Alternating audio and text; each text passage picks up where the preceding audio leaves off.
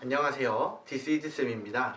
고양국제고 학생 여러분, 집에서 잘 쉬고 있나요? 지금 세계가 코비드-19 때문에 굉장히 정신이 없고 우리 사회 또한 마찬가지입니다. 우리도 개학이 미뤄져서 집에서 학습을 하게 되어 있는데 여러분들이 이번 기회에 알면 어떤 게 좋을까 생각을 해보다가 한번 이 학습 자료를 만들어 보게 되었습니다.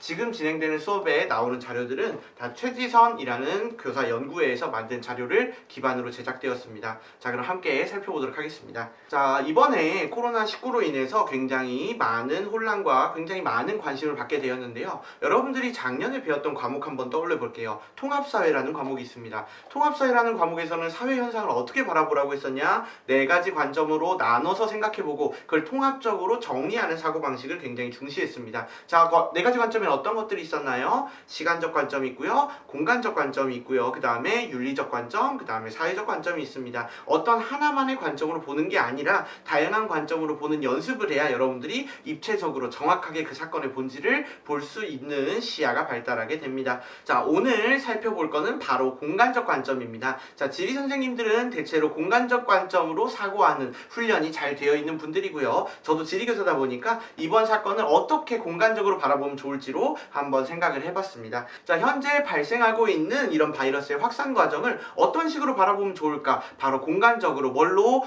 분포와 패턴으로 한번 읽어보면 어떨까라고 생각을 해서 이 학습 자료를 준비해 왔습니다.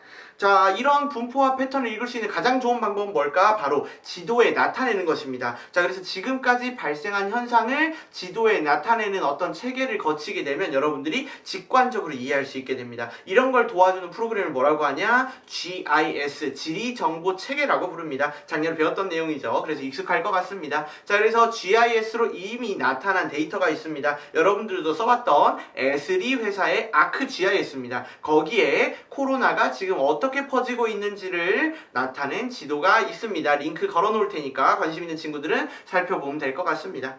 자, 그러면 이런 지도화를 통해서 영어로는 매핑이라고 합니다. 매핑을 통해서 여러분들은 어떤 데이터를 얻을 수 있나? 이 바이러스가 분포되고 확산되는 패턴에 대해서 읽을 수 있습니다. 그러면 그 패턴을 알면 앞으로 어떻게 확산될지도 예측할 수 있고요. 예측하면 마찬가지로 방어할 수도 있습니다. 자, 그러면 이렇게 확산되는 데에는 어떠한 일정한 패턴이 나타나는데 그런 패턴을 뭐라고 하냐? 공간 확산이라고 부릅니다. 스파셜 디퓨전이라고 불러요. 굉장히 익숙합니다. 왜? 작년 지역이 시간에 배웠던 개념입니다. 언제 배웠나요? 문화지리 할 때 배웠습니다. 그래서 문화의 전파 과정에서 한번 사례를 들었고요. 그 다음에 에이즈의 확산 과정에서도 한번 들어봤던 겁니다. 자, 스파셜 디퓨전 이거 누가 생각해낸 아이디어인가? 스웨덴의 룬트 대학에 있는 헤거스트란트라는 아주 세계적으로 유명한 지리학자가 있습니다. 이 지리학자가 공간상의 어떤 특정 지점에서 발생한 어떤 새로운 것들이 주변으로 어떻게 확산되는지 직접 필드에 나가서 하나하나 조사해봤습니다. 그리고 조사하고 나서 어떤 경향성을 얻게 됐습니다. 그래서 이거를 싹 다 합쳐서 정리해서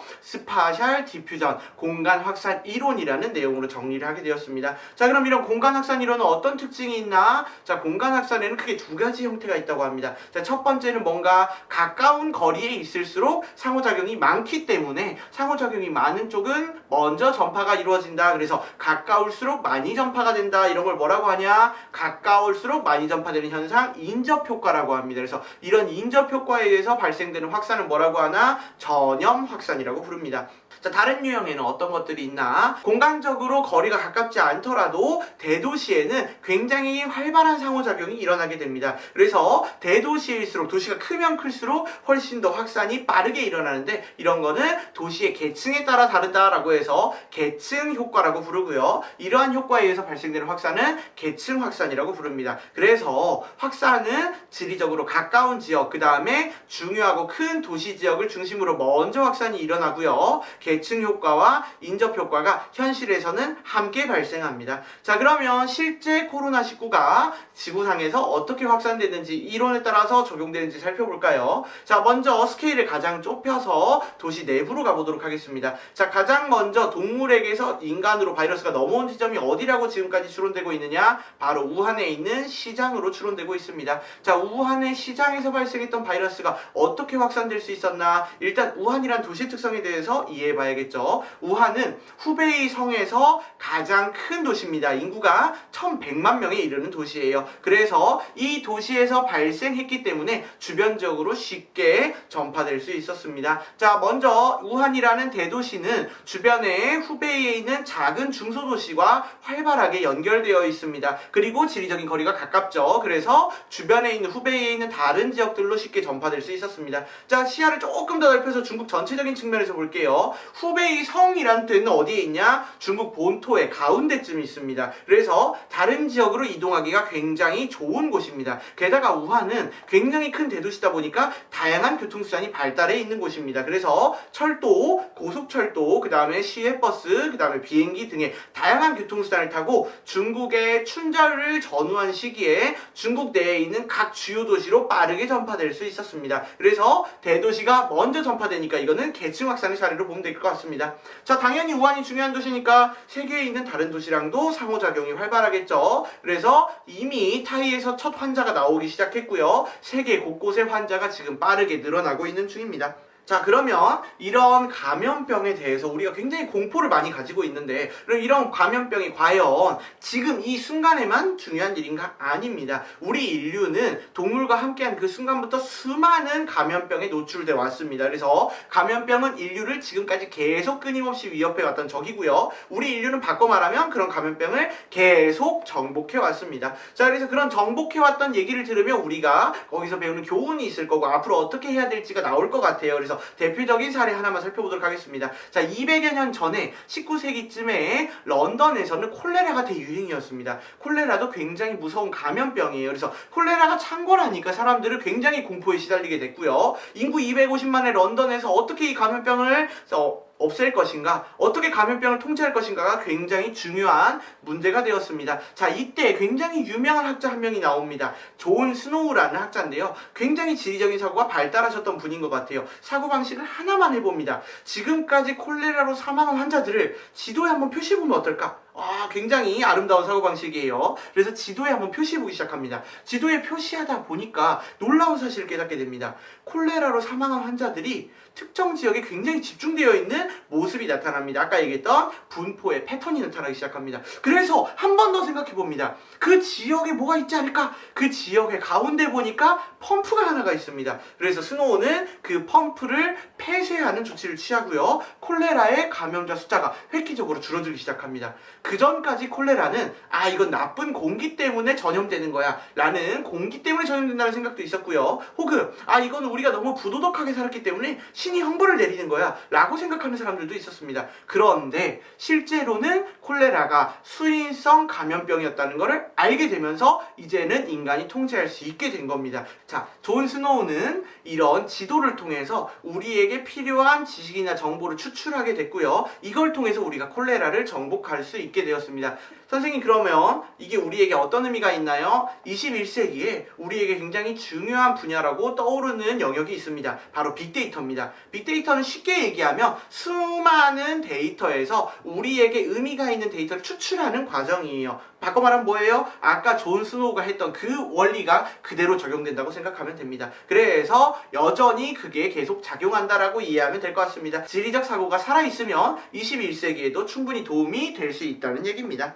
자, 그러면 이런 지도는 200년 전에 굉장히 쓸모가 있었다고 하는데 현재에도 쓸모가 있을까요? 현재에도 마찬가지로 쓸모가 있습니다. 감염병의 확산 과정을 드러내주는 역학조사 단계에서 굉장히 중요한 역할을 하고 있는 게 바로 지도입니다. 특히 가장 중요한 분야는 어딘가? 바이오 인포메틱스 분야입니다. 바이오 인포메틱스는 뭔가? 수학적인 통계 기법과 그다음에 생명과학의 데이터를 합쳐서 모델을 만들고 예측할 수 있는 그런 시스템을 얘기합니다. 여기에 GIS가 결합되면 되면서 훨씬 더 정교한 모델이 만들어지고 있습니다. 자, 감염병의 확산 과정을 예측하는 모델들이 있어요. 그래서 최근에는 이런 지리 정보를 결합해서 훨씬 더 모델이 정교해지고 발달이 되고 있습니다. 그래서 대표적인 모델 두 가지는 자료에 소개해놨으니까 궁금한 친구들은 찾아보면 될 것 같습니다. 선생님, 지금 감염병이 펴진 경로를 보니까 지도화에도 사실 데이터가 잘 안 보이는 것 같은데요? 라고 얘기하는 친구도 있을 수 있을 것 같아요. 사실 그것도 맞습니다. 지도에 지금 감염병이 확산되는 경로를 다 표시하고 나면 사실 공간적으로 여기저기서 마구마구 발생하는 것 같아서 굉장히 혼란스러워요. 마치 카오스 같습니다. 근데 사실은 그게 카오스가 아닐 수 있습니다. 왜 그런가요? 실제로는 지리적으로 가까운 작은 도시보다 지리적으로 멀리 떨어져 있어도 대도시 사이의 상호작용이 더 많은 시대라서 그렇습니다. 뭐 때문이에요? 바로 통신과 교통의 발달에 따라서 만들어진 세계화 때문입니다. 그래서 영국 내에 있는 촌도시 사이의 상호작용보다는 미국의 뉴욕과 일본의 도쿄 사이의 상호작용이 훨씬 더 많은 시대예요. 그래서 세계 지도를 펼쳐놓고 보면 여기저기서 마구마구 등장하는 것처럼 보입니다. 근데 여기에서도 발상을 조금만 바꾸면 돼요. 실제로 두 지역 간의 상호작용이 얼마나 제대로 이루어지고 있냐, 유효한 상호작용을 측정하면 그걸로 공간적인 거리를 다시 나타내게 되면 지금 우리가 알고 있는 지도의 형태가 아니라 다른 식의 지도의 형태가 보이게 됩니다. 자, 이런 지도를 뭐라고 하냐? 위상지도라고 합니다. 그래서 이런 위상지도로 나타내면 굉장히 직관적으로 볼 수 있습니다. 그래서 그렇게 나타내는 데이터도 자료에 넣어놨으니까 궁금한 친구들은 한번 보면 될 것 같아요. 자, 그러면 그런 GIS 같은 데이터는 너무 어렵고 복잡하고 큰 얘기 아닐까요? 실제로는 그렇지 않습니다. 우리나라에서도 경희대학교에 재학 중인 대학생이 코로나의 확산 과정을 지도로 나타내서 많은 사람들에게 지리 정보가 전달될 수 있게 만든 경우가 있습니다. 여러분들도 2학년 때 정보 선생님께 코딩을 배우고 나면 파이썬을 통해서 GIS 데이터를 우리가 쓸 수 있는 형태로 바꾸는 연습을 할 수 있게 될 것 같습니다. 자, 그래서 코로나 맵 같은 앱이나 혹은 지도도 많이 개발되고 있고요. 관심 있는 친구들은 몇 개 더 찾아봐도 될 것 같습니다. 자, 그럼 이렇게 혼란스러운 상황에 또 중요한 건 뭔가? 이렇게 혼란스러운 상황에서는 똑똑한 1명, 2명, 3명이 GIS 데이터를 만들어서 많은 사람들에게 배포하는 방식으로는 속도가 현저하게 떨어집니다. 왜냐하면 질병이 전파되는 속도가 너무 빠르기 때문이에요. 그럴 때는 어떻게 해야 되나? 먼 길을 가려고 할 때는 혼자 가면 안 됩니다. 먼 길을 가려고 할 때는 어떻게 해야 돼? 함께 가야 됩니다. 우리가 모둠 활동 해봐서 알아요. 누구 한 명이 멱살을 잡고 끌고 가려고 하면 금세 지치게 됩니다. 하지만 모두가 나눠서 함께 가면 굉장히 큰 성과를 얻을 수 있어요. 그래서 우리 학교에서도 늘 강조하는 게 바로 협동입니다. 마찬가지예요. GIS에서도 요즘에는 협동이 강조되고 있습니다. 많은 사람들이 그 지도 제작에 함께 나서면 많은 데이터도 효율적으로 빠르게 진행할 수 있게 됩니다. 이런 방식을 뭐라고 하냐? 커뮤니티 매핑이라고 합니다. IT 대지진 때 수많은 구호물자가 IT로 도착은 했지만 이 물자가 정말로 필요한 장소까지 가는데 굉장히 곤란을 겪었고 실제로 커뮤니티 매핑 방식을 통해서 실제 필요한 사람에게 빠르게 전달할 수 있었습니다. 마찬가지로 이렇게 많은 대형 재난 사태일수록 커뮤니티 매핑이 훨씬 더 주목받을 수 있을 것 같습니다. 자, 오늘의 수업은 여기까지고요. 이런 큰 인류의 재난에서 공간적인 사고방식과 기능들이 우리 인류에게 도움이 될 수 있다는 사실을 여러분들도 잊지 않았으면 좋겠습니다. 자, 그래서 지역이의 수업은 끝났지만 여러분들이 지리적인 감각을 살려서 인류에게 도움되는 인재로 성장했으면 좋겠습니다. 이상입니다.